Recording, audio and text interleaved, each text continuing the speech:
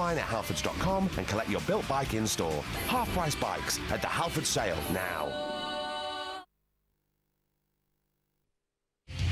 We bring you the hottest mix of music, including Ozzy Osbourne, N-Dubs, Plan B, Pixie Lott, and the Scissor Sisters. The iTunes Festival 2010, tonight and tomorrow on ITV2. Hey, sweet cheeks, you're the one that I want. The Jeremy Kyle Show, sponsored by FoxyBingo.com. Is your family in crisis as an argument caused a rift which you're struggling to heal? Maybe a long-buried secret has come to light and torn your family apart. Or perhaps you're just sick of your relatives interfering in your life. If you're 16 or over and you want to be considered for the show, you can text the word TALK with your name to 63334. Text costs 25 pence plus one standard network rate message. You can call the team 09 011 123 456. Calls cost 25p from a BT landline. Now, calls from other networks may be higher, and from mobiles they'll be considerably more, or contact our website for free. It's itv.com/Jeremy Kyle.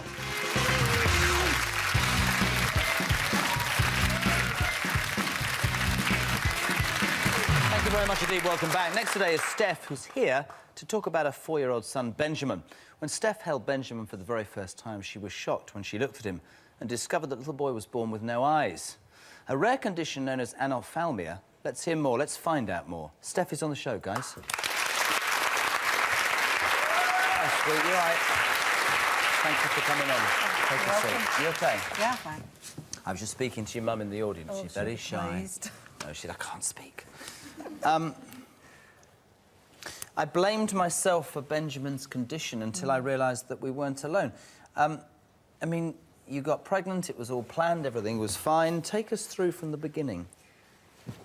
From the birth? Or well, from when you found out? Right, well, the first time that I found out that there was something wrong was at a 20-week scan, but it was supposed to be a heart condition and not actually anything else. And so the first time that I knew anything about it was actually when he was born and handed to me, which, you know, wasn't prepared for it at all. What did you see? Well, I just saw this little baby with no eyes. What do you think at that moment? Seriously, what do you... Oh, my God. I never expected it. I thought... Are you scared? Yeah, well, yeah. It's not heard of. I'd never heard of it. Does it go through your mind that, my God, I won't be able to do this, I can't do this? Yeah, absolutely. I just thought that I wasn't up for the job. I am not the sort of person that, you know, this wasn't supposed to be my life. You know, I was worried about my other little boy, you know. He's now had a disabled sibling. I think that's very honest, because I think a lot of people would sit here and they go, oh, no, it's fine. I can completely concur with what you just said, because I sit here and say I couldn't do it. Maybe when you're there, something kicks in, like I've said. Back to what I said initially, why would you blame yourself in that instance? Well, because I just thought it must have been something that I'd done when he was conceived or before I knew that I was pregnant, you know. Those fears were allayed, though, right? Yes, by a geneticist, yeah. And in terms of, I mean, I love this. You told my team he loves the simple things in life. He's defied the odds, really. Is there treatment open to him? Treatment as in... To make his life better in any which way at all? Well, hopefully, when he gets to his special school and they'll bring him on, hopefully, with speech, because he doesn't talk yet. Just looking at that.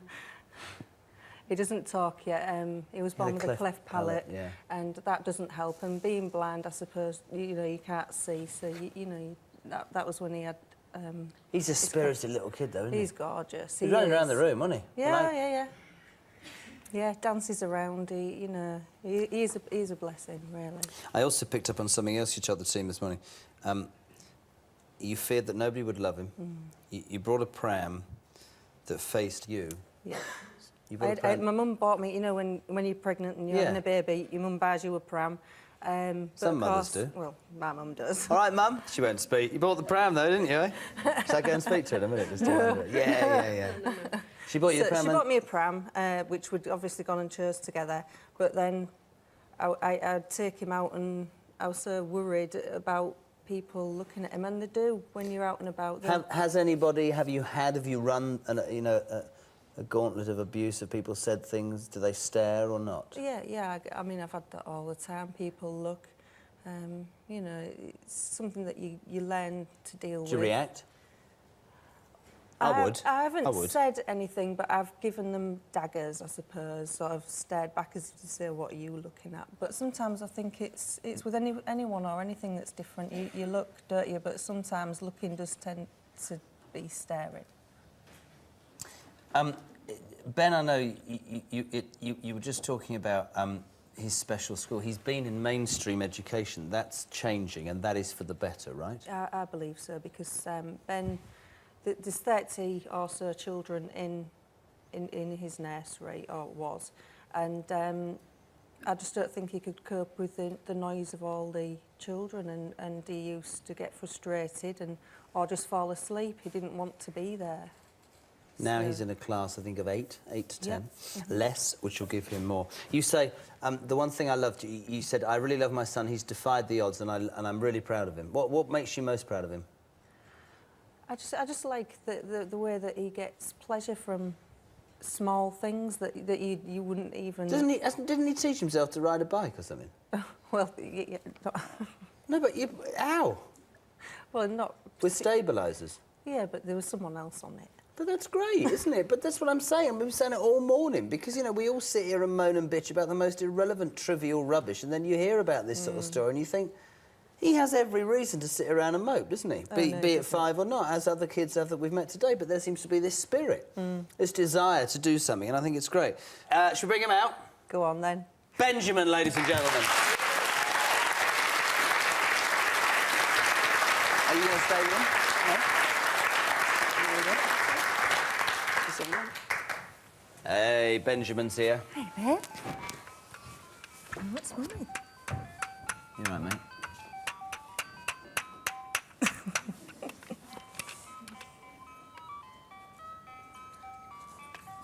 I've got a letter for you, Benjamin. I know you can hear me.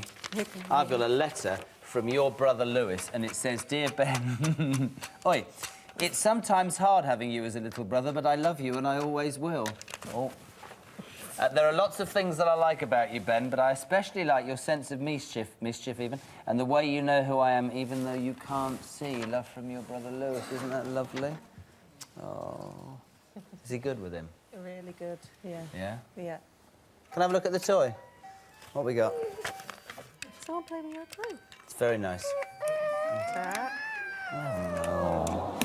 Oh, dear. Oh, look, well, he doesn't... Right, Ben, you've been an absolute inspiration. There is your toy, my friend. A big thank you to him and his mum. We're going to ask them to leave now. Give him a round of applause. Thank you so much, darling. Thank you, Ben. Thank you.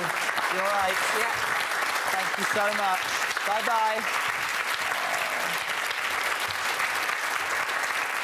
Right, next today are Jade and Maria, mum and grandmother to 3-year-old Taylor. Taylor was born with a condition called Cockayne syndrome, a syndrome that causes premature ageing. Let's hear more. Please welcome Jade and grandmother Maria to the show, guys.